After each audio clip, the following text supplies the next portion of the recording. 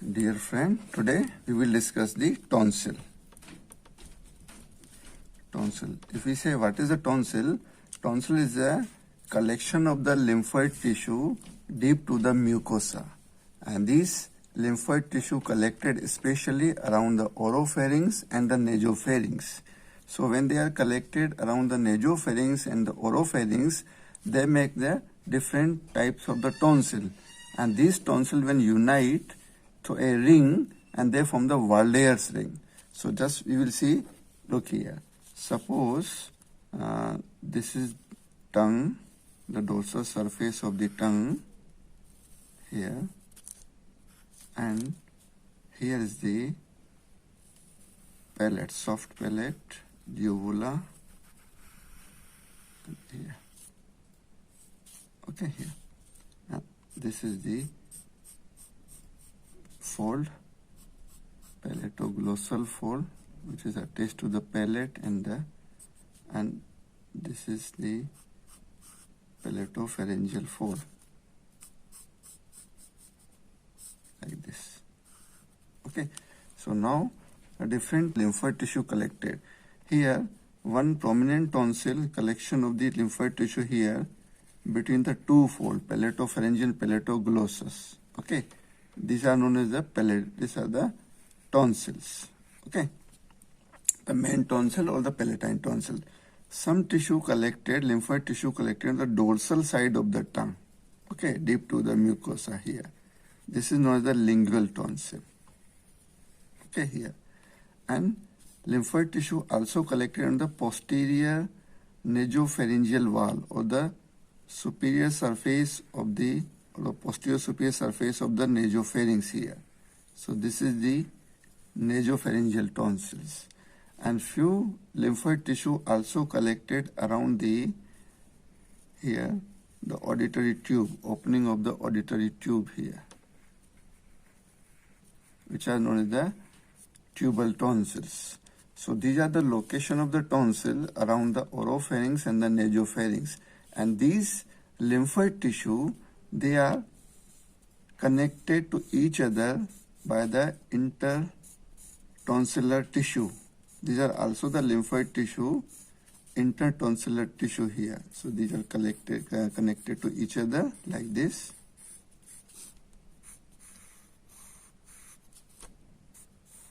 Okay, here. So this whole structure form the ring-like structure around the oropharynx and the nasopharynx, and this is known as the Waldeyer's ring. Waldeyer's ring or the Waldeyer's lymphoid ring here. Okay, so this is the Waldeyer's ring. Now, out of this, the palatine tonsils are important. Today we will discuss the palatine tonsil. Few you should know about the nasopharyngeal tonsils. This is the nasopharyngeal. Just I mark the structure, nasopharyngeal tonsil. These are the tubal tonsil. This is the palatine tonsil. This is the lingual tonsil.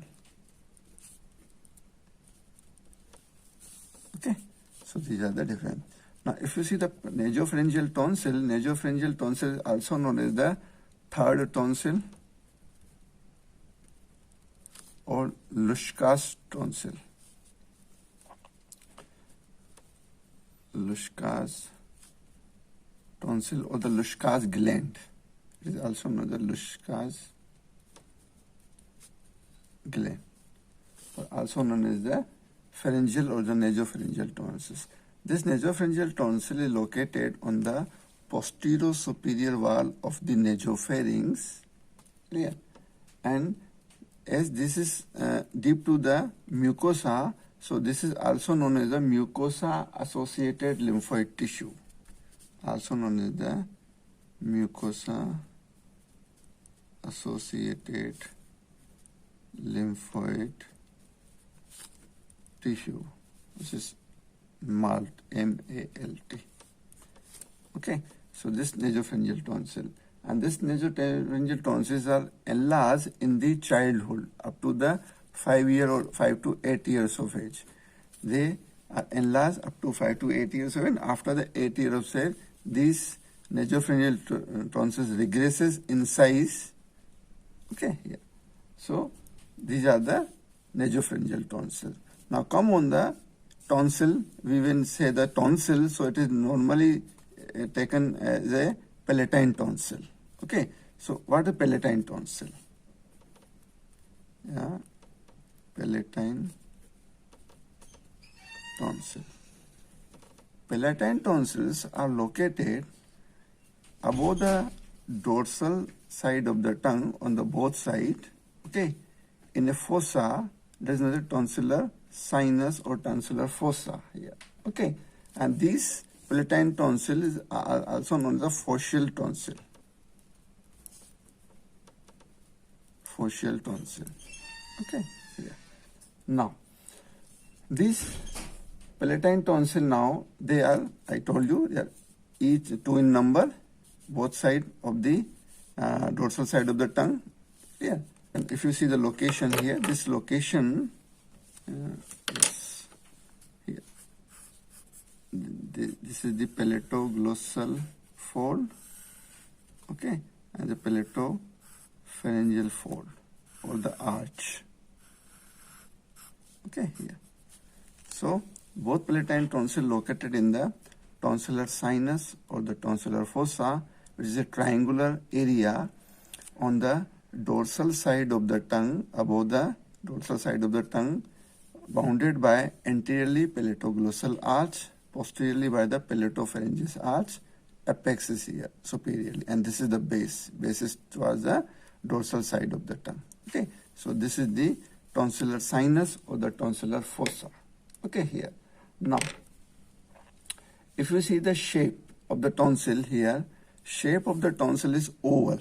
Okay, each tonsil is oval in shape here and vertically oriented. Okay, here. And size, if you see the size of the tonsil, it is about 2.5 centimeter in height and 1.9 centimeter in width or the thickness. Okay, here. So here it is 2.5 centimeter and here 1.9 centimeter thickness, side by side and anterior posteriorly. Clear? So this is the dimension. Clear? And if you see the, what are the function of this palatine tonsil is, here it makes an important component of the Waldeyr's ring here, and it prevent to entry the pathogen in the aerodigestive tract.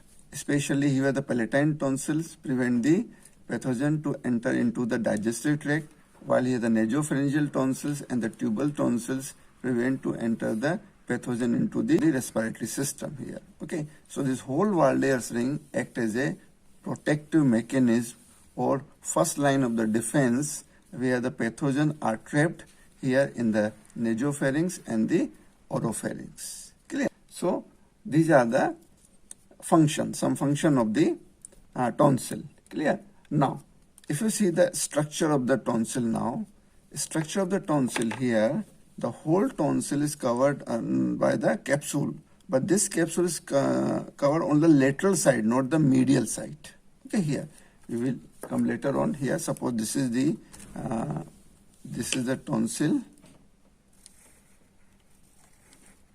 Okay, and here this on the lateral side only, it is covered by the capsule. Clear? Covered by the capsule, and this capsule is adhered to the palatoglossal arch inferiorly, and posteriorly and superiorly it is adhered with the palatopharyngeal arch. Clear? Come on the different surfaces and the borders of this tonsil. Clear? Now, what are the surfaces and the borders of the tonsil?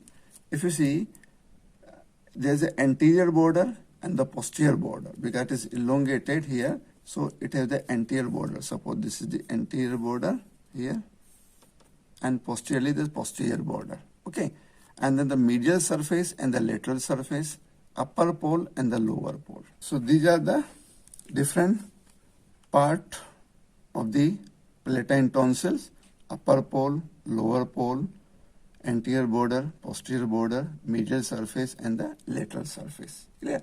Now, upper pole. If you come to upper pole extend towards the palatopharyngeal arch. Okay, here up to the soft palate. Clear? While the lower pole extend toward the base of the tongue. Okay, and the palatoglossal arch. Clear? It extends toward the dorsum. Clear? These are the two pole. And if you come on the border, okay, anterior border extends up to the, look here, suppose here this is the okay, oval shaped tonsil. Okay, here this is the anterior border and this is the posterior border, and this is the medial surface and the lateral. So anterior border extends towards the palatoglossal arch. Okay, here, while the posterior border extends towards the palatopharyngeal arch. Okay, here, or the fold. Clear? So this is the here. So you are seeing here, this is the anterior border and this is the posterior border. Clear? Here. Now surface, come on the medial surface and the lateral surface. Medial surface, this is the tonsil. Medial surface is not a smooth one.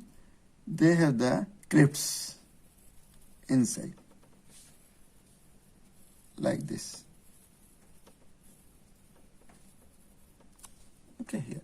So medial surface is covered by the mucous membrane. Okay, first, and this mucous membrane invades in it. Okay, and form the crypts. Clear? So these are the tonsillar crypts are here. Okay, here. And this tonsillar crypts here, the one, and there are about 10 to 15 tonsillar crypts. Okay. These are the tonsillar crypts. Okay, here. And one tonsillar crypt is enlarged, okay, on the superior side, or towards the upper pole.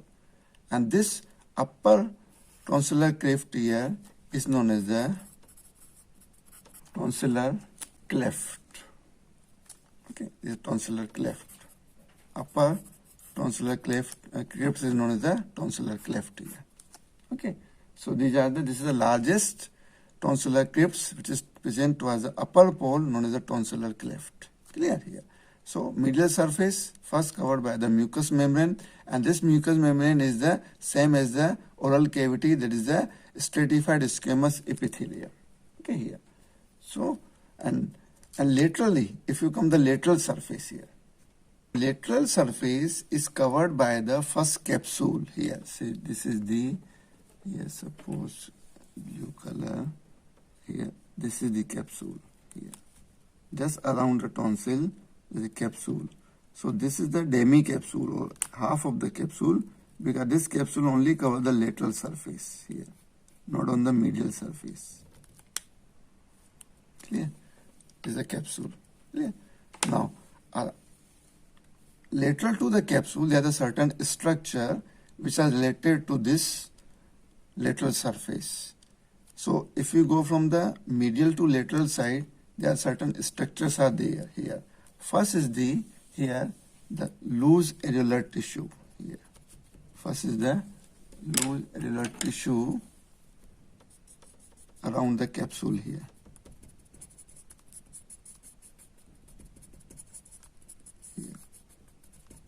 And in the loose areolar tissue, there is a paratonsillar vein is there. Okay, here. This is the paratonsillar vein, which drains the blood from the palate as well as the tonsil. Clear? So this is the loose areolar tissue first here. Okay, this area here, in which paratonsillar vein is contained. Now, lateral to the paratonsillar vein here, there is a Palatopharyngeus muscle.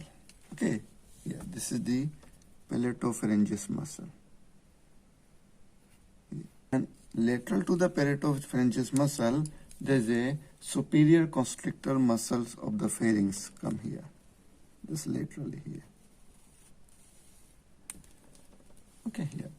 Then lateral to this both muscle is another fascia come. Okay, this fascia is known as the buccopharyngeal fascia here. Buccopharyngeal fascia, and before the buccopharyngeal fascia here, outside this lobular tissue, another fascia is there. Here, this is the pharyngobasilar fascia before here. Okay, so this is the pharyngobasilar fascia, and outside the pharyngobasilar fascia, there is a Stylopharyngeus muscle, then superior constrictor muscle, then the buccopharyngeal fascia. Okay, this vein pierces the buccopharyngeal fascia and the muscle here. It already crosses here. Okay, this is buccopharyngeal fascia, and this buccopharyngeal fascia, this is the superior constrictor muscle. So this vein, the paratonsillar vein, pierces this here and open into the pharyngeal venous plexus. This is the pharyngeal venous plexus. Okay, here. Along with here, there is a facial artery. Okay, facial artery runs here outside the buccopharyngeal fascia here. And this facial artery gives rise to the branch, the tonsillar branch. Okay, which pierces this muscle, buccopharyngeal fascia and the superior constrictor muscle, and then supply the palatine tonsil. And along with here, there is a pharyngeal plexus of the nerve come here. Around outside the buccopharyngeal fascia, there is a plexus, pharyngeal plexus. Outside this here, if you come further outside here, the two muscles come. One is the Stylopharyngeus muscle here, and one is the above is a styloglossus muscle. Okay, so styloglossus muscle, stylopharyngeus muscle. Okay, here along with the nerve, it's nerve. Here there is a glossopharyngeal nerve with the stylopharyngeus, and styloglossus muscle runs along with the lingual nerve. This is the lingual nerve. Okay, here. And further outward here, if you go further out, there is the submandibular gland here. Okay, submandibular gland here. And outside the submandibular gland here, there is the digastric muscle. Okay, further here, this is the posterior belly of the digastric muscle. Yeah. And further here outward, the last is, suppose this is the ramus of the mandible. Okay, here, and at the ramus of the mandible is the attachment of the medial pterygoid muscle. Okay, medial. So these are the structure which are related from on the lateral side of the palatine tonsil. If you go one by one here, first this is the capsule. Okay, immediately laterally here, this pink color is the loose alveolar tissue. Alveolar tissue where the paratonsillar vein is located here. This is the green color is the paratonsillar vein. Okay, outside this again this is a tissue is there. Okay, here is a pharyngobasilar fascia. Pharyngobasilar fascia is here. Okay, here outside here the muscle, two muscles are here. One is palatopharyngeus muscle. Okay, here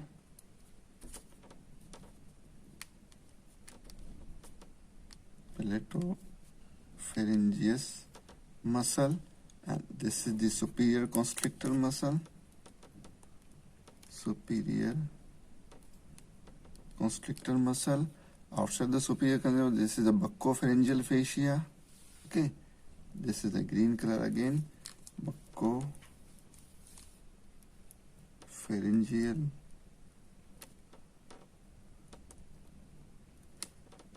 fascia.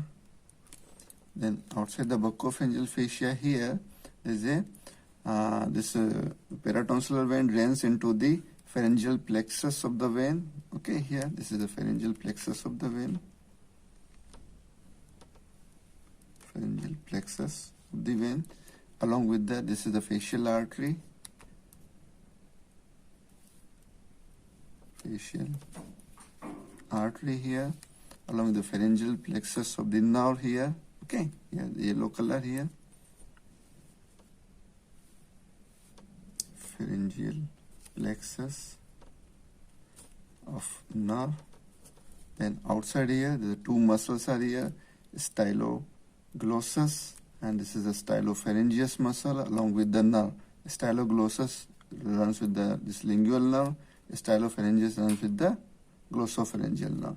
So this is stylopharyngeus, and this is the styloglossus. Okay, and after this there is a submandibular gland, and outside the submandibular gland here there is a posterior belly of the digastric. Then this is the medial pterygoid muscle, and this is the ramus of the mandible. So these are the structure related on the lateral surface of the this tonsil, palatine tonsil. Clear? Now, after this, come on the features of this tonsil. Okay, what are the certain features? These features are, we have discussed here on the medial surface. Here, on the medial surface, these are the crypts are there. Okay, suppose this is the tonsil. These are the crypts.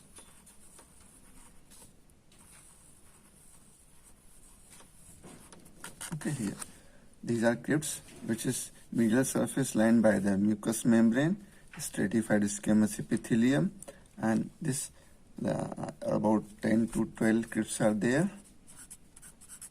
Okay, and these crypts, one crypt enlarged here, and this is another tonsillar cleft.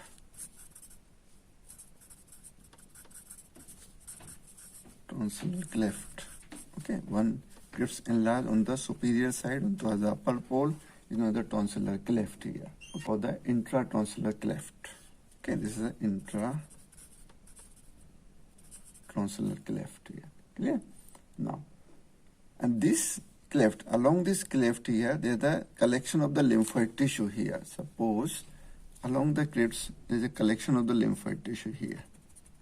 Here. Okay, here.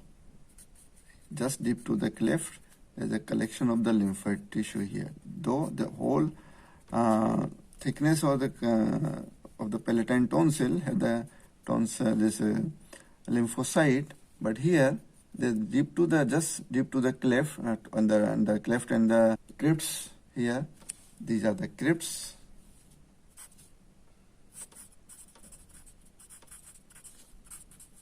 Tonsillar crypts here, and deep to here, deep to the mucous membrane, there is a collection of the lymphocyte here. Okay, here. And towards the superior side, these lymphocytes here, tissue of this palatine tonsil, continue with or also passes towards the soft palate here. Suppose this is the soft palate here. So this tissue here passes towards the soft palate here. Also collected, we can say, deep to the soft palate here. And this tissue, or the lymphoid tissue, which is reaches towards the soft palate, they are known as the pars platina. These are the pars platina. Okay, yeah. And same thing, inferiorly, this tissue's inferior pole, the lymphoid tissue also passes or continue with the dorsal side of the tongue. Okay, here, the lower pole. So, here, so both sides, the upper pole, the lymphoid tissue continue or passes towards the soft palate, while on the lower pole, the lymphoid tissue also continue here with the lingual tonsil, we can say. We draw the new diagram here. This is the tonsil.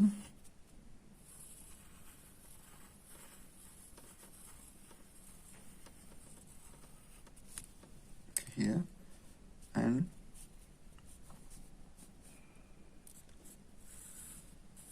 this is the palatopharyngeal arch, and this is the palatoglossal arch here. Okay, both arches passes towards the soft palate here. Okay, here. So this from the tonsillar fossa here. Okay, so this tonsillar fossa is a fossa where the tonsil is located. Palatine tonsil is located here. Now, this palatine tonsil do not fill whole of the fossa here. Okay, but there is a certain structure which lies lateral to this palatine tonsil. We have seen already the certain structure related to lateral, but here the space is there, and this space is covered by the certain structure which form the tonsillar bed here. Okay, what about the tonsillar bed? Tonsillar bed is formed by the first, this is a capsule. Okay, here, just around the lateral surface there is a capsule. Okay, this capsule, and this capsule is outside the capsule. There is the loose tissue, loose connective tissue here. And around the loose connective tissue here, again there is the pharyngobasilar fascia here. This is the pharyngobasilar fascia. Okay, and just lateral to the pharyngobasilar fascia, there are the two muscles here. One is the palatopharyngeus muscle, and one is the superior constrictor of the pharynx here. Okay, so this is the palatopharyngeus muscle, and this muscle again is covered by the another fascia, that is the buccopharyngeal fascia here. Okay, buccopharyngeal fascia. This is the tonsillar bed. So tonsillar bed is covered by the two muscle and the two fascia. If you see the loosilar tissue, outside loose, there is a pharyngobasilar fascia, then the two muscle, the palatopharyngeus muscle and the superior constrictor, and outside is the buccopharyngeal fascia here. Clear? So this structure from the bed of the tonsil or the tonsillar bed here. Now here in this loosilar tissue, I told you there is the paratonsillar vein here, start here. Paratonsillar vein start and pierces the pharyngobasilar fascia, pierces the superior constrictor muscle, okay, and then open into the pharyngeal plexus of the vein. Lateral surface of this tonsil, I told you, is only covered by the capsule. Okay, medial surface is not covered by the capsule, and this capsule here is known as the hemicapsule. Hemicapsule, because it's only covered the lateral surface here. Now, this capsule, the hemicapsule, blend with the palatoglossal arch. Okay, this is the palatopharyngeal arch, this is palato. So this capsule blend or fuse with the palatopharyngeal arch and the palatoglossal arch. Okay, it blends. Okay, here, or we can say it fuse with the palatoglossal arch and palatopharyngeal arch. So due to this fusion of the capsule or the blending of the capsule with the palatopharyngeal arch, this palatine tonsil cannot be go or slip into the oropharynx. Okay, due to the food or scraping. If suppose the hard food enters into the dorsal side of the tongue and enters into the oropharynx, so due to the pressure, it might be possible this whole of the tonsil enter or slip into the, but due to the fusion of this capsule on the lateral side with the palatoglossal arch and palatopharyngeal arch here, this capsule, so what's happened, this tonsil cannot be slipped into the oropharynx. This is very important part to note here. Clear? Now, after this come on the blood supply of this tonsil. What is the blood supply? Blood supply of the tonsil are the Yeah, the whole of the tonsil is divided into the 4 area. Okay, here. Suppose this is the anterior side, this is the posterior, this is the superior, and this is the inferior. Okay, here. Now, what are the arteries? It is easy to remember. Inferiorly, it is supplied by the tonsillar branch of the facial artery. This is the tonsillar branch of facial artery. Okay, here. Anteriorly supplied by the tonsillar branch of the lingual artery. Tonsillar branch of lingual artery. Okay, here. While posteriorly supplied by the, this is the, here the lingual branch of the, tonsillar branch of the lingual artery. This is the posterior side, this is the posterior tonsillar artery, or this is the superior tonsillar artery. Clear? So here, so posterior side it is supplied by the tonsillar branch of the ascending pharyngeal artery. Ascending pharyngeal artery. Okay, while superiorly supplied by the tonsillar branch of the greater palatine artery. Okay, here. So these are the 4 arteries supply the 4 side of this, and in spite of this, here the ascending palatine branch of the facial artery also supply the, here the anterior side of the this tonsil. Okay, so this is the ascending palatine branch. Ascending palatine branch of facial artery.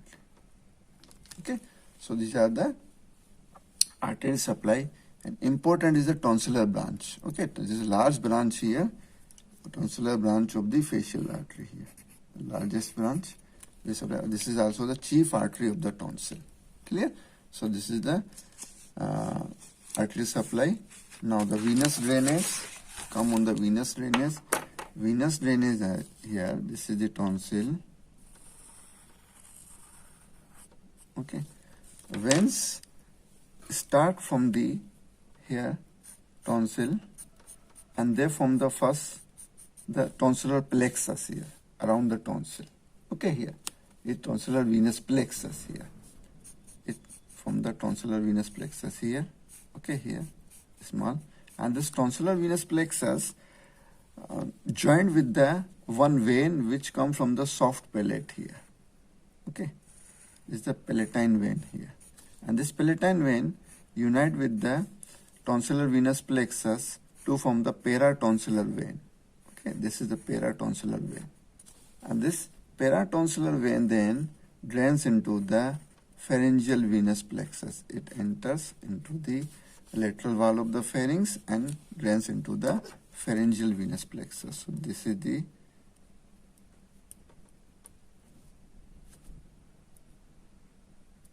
Pharyngeal venous plexus here. Okay, here. This is the Paratonsillar vein.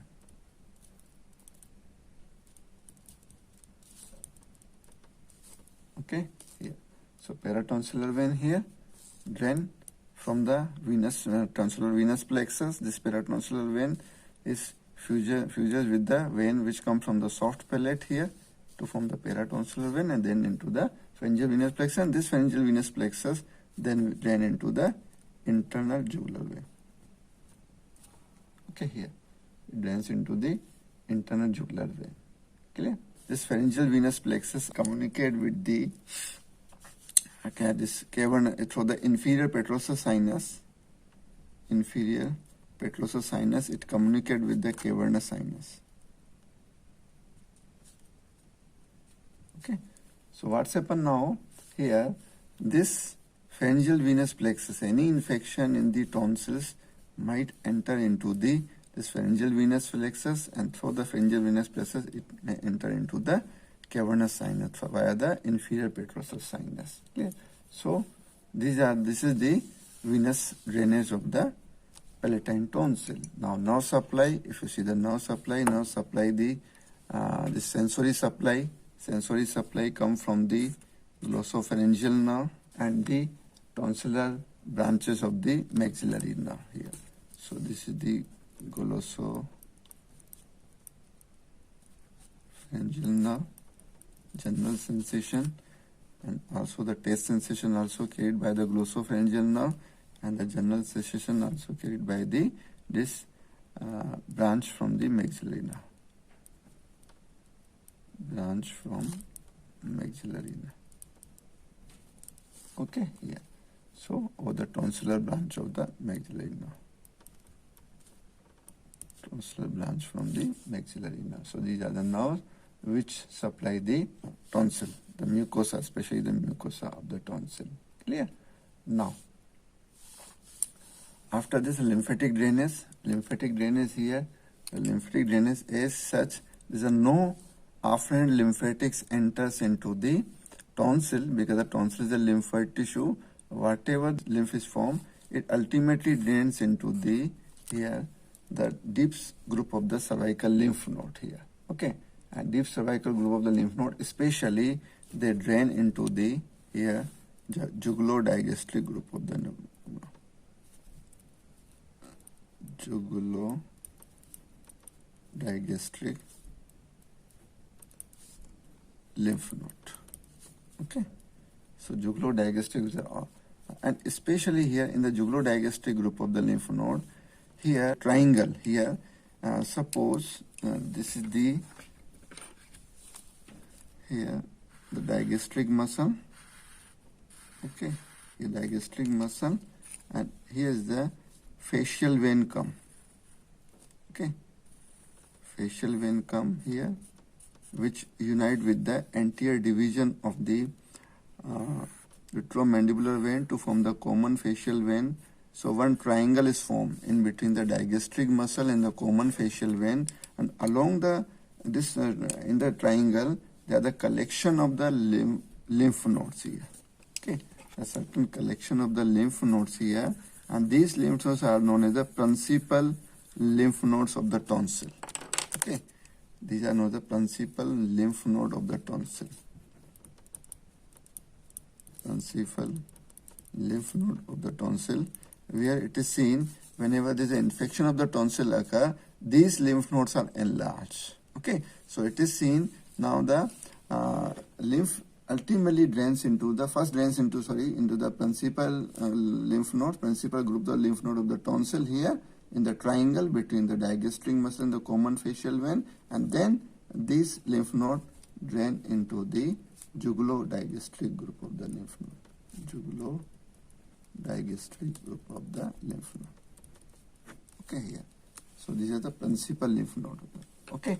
Now, what are the changes occur in the, if you see the changes, okay, changes in tonsil or size of the tonsil. Okay, here. Changes occur here in the first 5 to 6 year. 5 to 6 year here, there is an enlarges rapidly. Okay, rapid enlargement occur. Okay, especially in the nasopharyngeal tonsil here. Then 12 to 14 years of age, at the puberty, the maximum size is increased. Maximum size at the tonsil, at the puberty here, maximum size of the tonsil. And after 14 year, they regresses, involution occur. Involution stage. Okay, involution begins or involution stage start, and in the young adulthood, okay,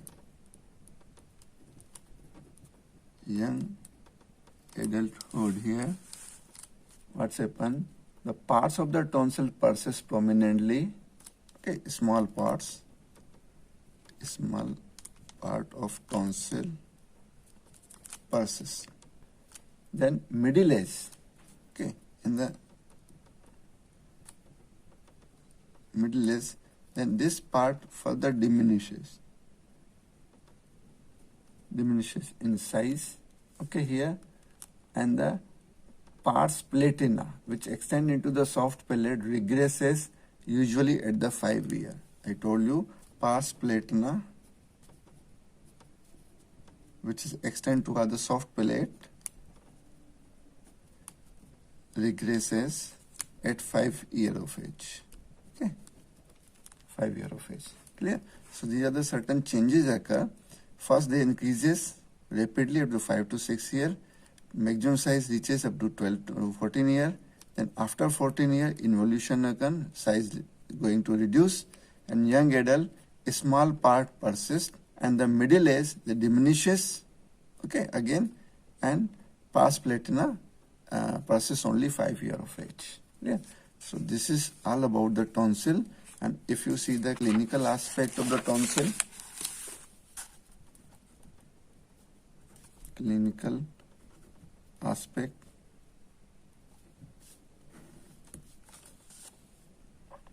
that the tonsillitis, most common is the tonsillitis. The infection occur in the tonsil here, especially in the young person. So this gives rise to the sore throat, and if infection increases further here, passes to other tonsillar fossa and from the peritonsillar abscess. Peritonsillar abscess, which is also known as quinsy. Quinsy. Quinsy. The treatment is a tonsillectomy. We do the tonsillectomy. We remove the tonsil, okay, on both sides here, but prevent the glossopharyngeal nerve, because the glossopharyngeal nerve is runs by the side here. So we have to take care about to not to damage the glossopharyngeal nerve, okay, here. And also I told you the glossopharyngeal nerve supply the tonsil, okay, the sensation. So whenever there is a pain, here the infection occur here, so pain also refer to the supply of the glossopharyngeal nerve. And especially here in the tonsillectomy, we have to take care about the ligature of the tonsillar artery. Tonsillar artery, branch of the facial artery. The principal artery of the tonsil, we have to take care about this tonsillar artery.